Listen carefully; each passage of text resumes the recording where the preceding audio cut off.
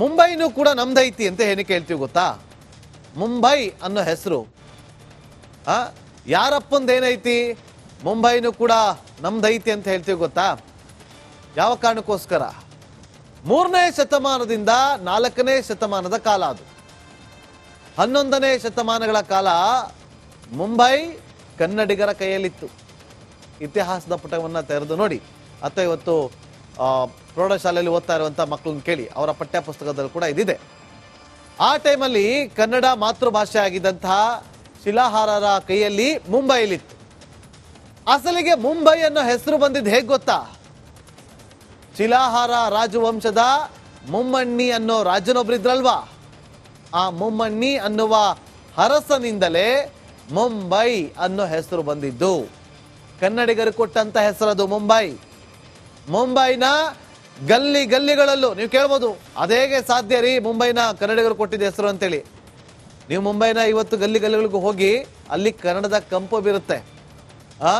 ಡೋಂಬಿವಿಲಿ ಅಂದ್ರೆ ಡೊಂಬನಹಳ್ಳಿ, ಕಾಂದಿವಿಲಿ ಅಂದ್ರೆ ಕಂದನಹಳ್ಳಿ, ಬೋರಿವಿಲಿಯನ್ನ ಬೋರನಹಳ್ಳಿ ಅಂತ ಕರಿತಾ ಇದ್ರು ಈ ಹಿಂದೆ. ಈಗ ಅವರೆಲ್ಲ ಬೋರಿವಿಲಿ ಕಂದನವಿಲಿ ಅಂತೆಲ್ಲ ಕರ್ಕೋತಾರೆ. ಎಲಿಫೆಂಟಾ ಗುಹೆ, ಮಹೇಶನ ಮೂರ್ತಿ, ಕನ್ನಡಿಗರ ಕೊಡುಗೆ. ಏಕೀಕರಣಕ್ಕೂ ಕೂಡ ಮೊದಲು ಧಾರವಾಡ, ಉತ್ತರ ಕನ್ನಡ, ಬಿಜಾಪುರ, ಬೆಳಗಾವಿ ಜಿಲ್ಲೆಗಳು ಮುಂಬೈ ಸಂಸ್ಥಾನಕ್ಕೆ ಸೇರಿದ್ದು. ಆಗ ಮರಾಠಿ, ಗುಜರಾತಿ ಜೊತೆ ಕನ್ನಡವೂ ಕೂಡ ರಾಜ್ಯ ಭಾಷೆ ಆಗಿತ್ತು. ಈಗಲೂ ಕೂಡ ಮುಂಬೈನಲ್ಲಿ ಕನ್ನಡಿಗರ ಯಾತ್ರೆ ಮುಂದುವರೆದಿದೆ. 20,000 ಹೋಟೆಲ್ಗಳ ಪೈಕಿ ಅರ್ಧಕ್ಕೂ ಹೆಚ್ಚು ಕನ್ನಡಿಗರ ಹೋಟೆಲ್ಗಳೇ ಇದೆ. ಸೊಲ್ಲಾಪುರ, ಜಾತ್, ಸೊಲ್ಲಾಪುರ, ಉಸ್ಮಾನಾಬಾದ್, ಲಾಥೂರ್, ಸಾಂಗ್ಲಿ, ಅಕ್ಕಲಕೋಟೆ, ಇಚ್ಚಲಕರಂಜಿ ಇದೆಲ್ಲವೂ ಕೂಡ ಒಂದು ಕಾಲದಲ್ಲಿ ಕರ್ನಾಟಕಕ್ಕೆ ಸೇರಿತ್ತು. ಕನಿಷ್ಠ 5 ಜಿಲ್ಲೆಗಳಾದರೂ ಕೂಡ ಕರ್ನಾಟಕದಲ್ಲಿ ಇರಬೇಕಾಗಿತ್ತು ಇವತ್ತು ಎಲ್ಲವೂ ಅಂದುಕೊಂಡಿದ್ರೆ. ಆದರೆ ಜತ್ನಲ್ಲಿ ಈಗಲೂ 72% ಕನ್ನಡ ಭಾಷಿಕರಿದ್ದಾರೆ. ಅದೆಲ್ಲವೂ ಕೂಡ ಮಹಾರಾಷ್ಟ್ರಕ್ಕೆ ಸೇರಿತು. ಅದಕ್ಕೆ ಹೇಳೋದು, ಯಾರಪ್ಪಂದು ಏನೈತಿ ಅರ್ಧ ಮಹಾರಾಷ್ಟ್ರ ನಮ್ದೈತಿ ಅಂತೇಳಿ. ಇವತ್ತು ಕನ್ನಡ ಪರ ಹೋರಾಟಗಾರರು ಇದೇ ವಿಚಾರವನ್ನ ಪ್ರಸ್ತಾಪ ಮಾಡೋದು. ಮುಂಬೈನೂ ಕೂಡ ನಮ್ದೈತಿ ಅಂತ ಏನಕ್ಕೆ ಹೇಳ್ತೀವಿ ಗೊತ್ತಾ? ಮುಂಬೈ ಅನ್ನೋ ಹೆಸರು ಯಾರಪ್ಪಂದೇನೈತಿ? ಮುಂಬೈನೂ ಕೂಡ ನಮ್ದೈತಿ ಅಂತ ಹೇಳ್ತೀವಿ ಗೊತ್ತಾ? ಯಾವ ಕಾರಣಕ್ಕೋಸ್ಕರ? 3ನೇ ಶತಮಾನದಿಂದ 4ನೇ ಶತಮಾನದ ಕಾಲ, ಅದು 11ನೇ ಶತಮಾನಗಳ ಕಾಲ ಮುಂಬೈ ಕನ್ನಡಿಗರ ಕೈಯಲ್ಲಿತ್ತು. ಇತಿಹಾಸದ ಪುಟವನ್ನು ತೆರೆದು ನೋಡಿ, ಅಥವಾ ಇವತ್ತು ಪ್ರೌಢಶಾಲೆಯಲ್ಲಿ ಓದ್ತಾ ಇರುವಂಥ ಮಕ್ಕಳನ್ನ ಕೇಳಿ, ಅವರ ಪಠ್ಯ ಪುಸ್ತಕದಲ್ಲಿ ಕೂಡ ಇದಿದೆ. ಆ ಟೈಮಲ್ಲಿ ಕನ್ನಡ ಮಾತೃಭಾಷೆ ಆಗಿದ್ದಂತಹ ಶಿಲಾಹಾರರ ಕೈಯಲ್ಲಿ ಮುಂಬೈಲಿತ್ತು. ಅಸಲಿಗೆ ಮುಂಬೈ ಅನ್ನೋ ಹೆಸರು ಬಂದಿದ್ದು ಹೇಗೆ ಗೊತ್ತಾ? ಶಿಲಾಹಾರ ರಾಜವಂಶದ ಮುಮ್ಮಣ್ಣಿ ಅನ್ನೋ ರಾಜನೊಬ್ರಿದ್ರಲ್ವಾ, ಆ ಮುಮ್ಮಣ್ಣಿ ಅನ್ನುವ ಅರಸನಿಂದಲೇ ಮುಂಬೈ ಅನ್ನೋ ಹೆಸರು ಬಂದಿದ್ದು. ಕನ್ನಡಿಗರು ಕೊಟ್ಟಂತ ಹೆಸರದು ಮುಂಬೈ. ಮುಂಬೈನ ಗಲ್ಲಿ ಗಲ್ಲಿಗಳಲ್ಲೂ ನೀವು ಕೇಳ್ಬೋದು, ಅದೇಗೆ ಸಾಧ್ಯ ರೀ ಮುಂಬೈನ ಕನ್ನಡಿಗರು ಕೊಟ್ಟಿದ್ದ ಹೆಸರು ಅಂತೇಳಿ. ನೀವು ಮುಂಬೈನ ಇವತ್ತು ಗಲ್ಲಿ ಗಲ್ಲಿಗಳಿಗೂ ಹೋಗಿ ಅಲ್ಲಿ ಕನ್ನಡದ ಕಂಪು ಬೀರುತ್ತೆ. ಡೋಂಬಿವಿಲಿ ಅಂದ್ರೆ ಡೊಂಬನಹಳ್ಳಿ, ಕಾಂದಿವಿಲಿ ಅಂದ್ರೆ ಕಂದನಹಳ್ಳಿ, ಬೋರಿವಿಲಿಯನ್ನ ಬೋರನಹಳ್ಳಿ ಅಂತ ಕರಿತಾ ಇದ್ರು ಈ ಹಿಂದೆ. ಈಗ ಅವರೆಲ್ಲ ಬೋರಿವಿಲಿ ಕಂದನವಿಲಿ ಅಂತೆಲ್ಲ ಕರ್ಕೋತಾರೆ. ಎಲಿಫೆಂಟಾ ಗುಹೆ, ಮಹೇಶನ ಮೂರ್ತಿ, ಕನ್ನಡಿಗರ ಕೊಡುಗೆ. ಏಕೀಕರಣಕ್ಕೂ ಕೂಡ ಮೊದಲು ಧಾರವಾಡ, ಉತ್ತರ ಕನ್ನಡ, ಬಿಜಾಪುರ, ಬೆಳಗಾವಿ ಜಿಲ್ಲೆಗಳು ಮುಂಬೈ ಸಂಸ್ಥಾನಕ್ಕೆ ಸೇರಿದ್ದು. ಆಗ ಮರಾಠಿ, ಗುಜರಾತಿ ಜೊತೆ ಕನ್ನಡವೂ ಕೂಡ ರಾಜ್ಯ ಭಾಷೆ ಆಗಿತ್ತು. ಈಗಲೂ ಕೂಡ ಮುಂಬೈನಲ್ಲಿ ಕನ್ನಡಿಗರ ಯಾತ್ರೆ ಮುಂದುವರೆದಿದೆ. 20,000 ಹೋಟೆಲ್ಗಳ ಪೈಕಿ ಅರ್ಧಕ್ಕೂ ಹೆಚ್ಚು ಕನ್ನಡಿಗರ ಹೋಟೆಲ್ಗಳೇ ಇದೆ. ಸೊಲ್ಲಾಪುರ, ಜಾತ್, ಸೊಲ್ಲಾಪುರ, ಉಸ್ಮಾನಾಬಾದ್, ಲಾಥೂರ್, ಸಾಂಗ್ಲಿ, ಅಕ್ಕಲಕೋಟೆ, ಇಚ್ಚಲಕರಂಜಿ ಇದೆಲ್ಲವೂ ಕೂಡ ಒಂದು ಕಾಲದಲ್ಲಿ ಕರ್ನಾಟಕಕ್ಕೆ ಸೇರಿತ್ತು. ಕನಿಷ್ಠ 5 ಜಿಲ್ಲೆಗಳಾದರೂ ಕೂಡ ಕರ್ನಾಟಕದಲ್ಲಿ ಇರಬೇಕಾಗಿತ್ತು ಇವತ್ತು ಎಲ್ಲವೂ ಅಂದುಕೊಂಡಿದ್ರೆ. ಆದರೆ ಜತ್ನಲ್ಲಿ ಈಗಲೂ 72% ಕನ್ನಡ ಭಾಷಿಕರಿದ್ದಾರೆ. ಅದೆಲ್ಲವೂ ಕೂಡ ಮಹಾರಾಷ್ಟ್ರಕ್ಕೆ ಸೇರಿತು. ಅದಕ್ಕೆ ಹೇಳೋದು, ಯಾರಪ್ಪಂದು ಏನೈತಿ ಅರ್ಧ ಮಹಾರಾಷ್ಟ್ರ ನಮ್ದೈತಿ ಅಂತೇಳಿ. ಇವತ್ತು ಕನ್ನಡ ಪರ ಹೋರಾಟಗಾರರು ಇದೇ ವಿಚಾರವನ್ನ ಪ್ರಸ್ತಾಪ ಮಾಡೋದು.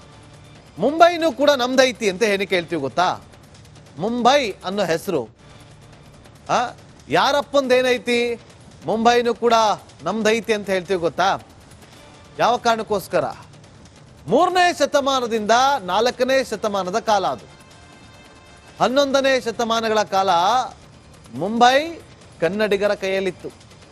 ಇತಿಹಾಸದ ಪುಟವನ್ನು ತೆರೆದು ನೋಡಿ, ಅಥವಾ ಇವತ್ತು ಪ್ರೌಢಶಾಲೆಯಲ್ಲಿ ಓದ್ತಾ ಇರುವಂಥ ಮಕ್ಕಳನ್ನ ಕೇಳಿ, ಅವರ ಪಠ್ಯ ಪುಸ್ತಕದಲ್ಲಿ ಕೂಡ ಇದಿದೆ. ಆ ಟೈಮಲ್ಲಿ ಕನ್ನಡ ಮಾತೃಭಾಷೆ ಆಗಿದ್ದಂತಹ ಶಿಲಾಹಾರರ ಕೈಯಲ್ಲಿ ಮುಂಬೈಲಿತ್ತು. ಅಸಲಿಗೆ ಮುಂಬೈ ಅನ್ನೋ ಹೆಸರು ಬಂದಿದ್ದು ಹೇಗೆ ಗೊತ್ತಾ? ಶಿಲಾಹಾರ ರಾಜವಂಶದ ಮುಮ್ಮಣ್ಣಿ ಅನ್ನೋ ರಾಜನೊಬ್ಬರಿದ್ರಲ್ವಾ, ಆ ಮುಮ್ಮಣ್ಣಿ ಅನ್ನುವ ಅರಸನಿಂದಲೇ ಮುಂಬೈ ಅನ್ನೋ ಹೆಸರು ಬಂದಿದ್ದು. ಕನ್ನಡಿಗರು ಕೊಟ್ಟಂತ ಹೆಸರದು ಮುಂಬೈ. ಮುಂಬೈನ ಗಲ್ಲಿ ಗಲ್ಲಿಗಳಲ್ಲೂ ನೀವು ಕೇಳ್ಬೋದು, ಅದೇಗೆ ಸಾಧ್ಯ ರೀ ಮುಂಬೈನ ಕನ್ನಡಿಗರು ಕೊಟ್ಟಿದ್ದ ಹೆಸರು ಅಂತೇಳಿ. ನೀವು ಮುಂಬೈನ ಇವತ್ತು ಗಲ್ಲಿ ಗಲ್ಲಿಗಳಿಗೂ ಹೋಗಿ ಅಲ್ಲಿ ಕನ್ನಡದ ಕಂಪು ಬೀರುತ್ತೆ. ಡೊಂಬಿವಿಲಿ ಅಂದ್ರೆ ಡೊಂಬನಹಳ್ಳಿ, ಕಾಂದಿವಿಲಿ ಅಂದ್ರೆ ಕಂದನಹಳ್ಳಿ, ಬೋರಿವಿಲಿಯನ್ನ ಬೋರನಹಳ್ಳಿ ಅಂತ ಕರಿತಾ ಇದ್ರು ಈ ಹಿಂದೆ. ಈಗ ಅವರೆಲ್ಲ ಬೋರಿವಿಲಿ ಕಂದನವಿಲಿ ಅಂತೆಲ್ಲ ಕರ್ಕೋತಾರೆ.